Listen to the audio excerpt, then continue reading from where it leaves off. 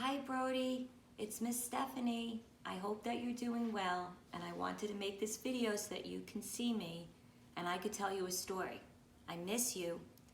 I know that Miss Katie's working on Earth Day, and I wanted to read you a story about a great place that people love to visit, the beach, and how we can keep the beach clean and keep our oceans clean, because that's what Earth Day is all about.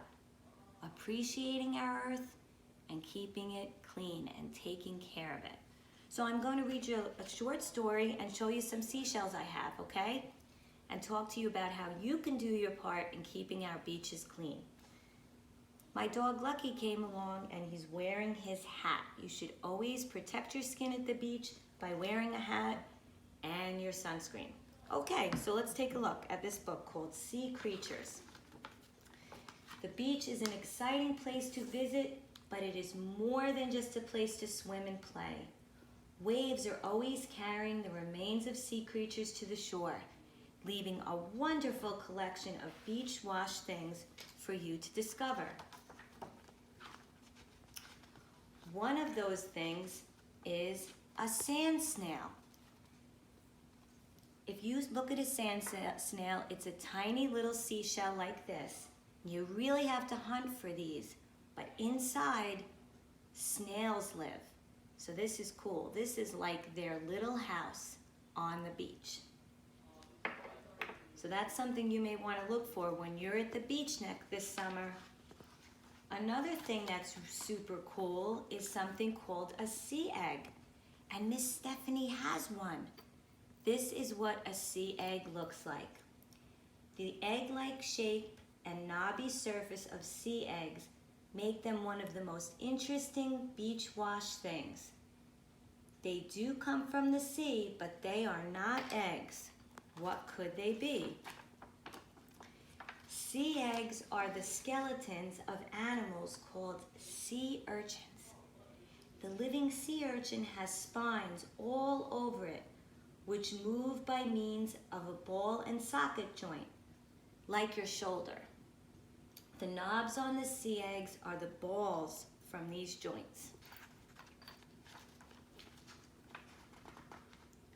There are a couple of other seashells that I want to show you that I found on the beach. This one is super cool. This is a sand dollar. These are really hard to find. But sometimes in places like Florida, you can find a seashell like this. I also have a conch shell. This one's super pretty.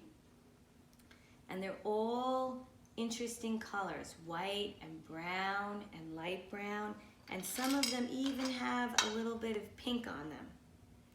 There's so many things to discover at the beach. This one is called a slipper shell.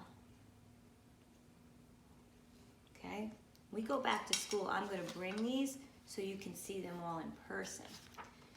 So, this is a picture of pollution on the beach, right? It's hard to figure out where all this beach wash stuff came from. Unlike all these beautiful beach wash things we have seen this morning, these things don't go away so easily. This is called litter, right? Looks like someone had a can of something to drink. There's some wrappers and bottles. It's a real mess. How can you help? Firstly, you can help by taking everything that you came to the beach with you home. Actually, wherever you go. If you go to a park, you want to bring your stuff and bring it home. Anything that you can't bring home, just throw in the garbage pail.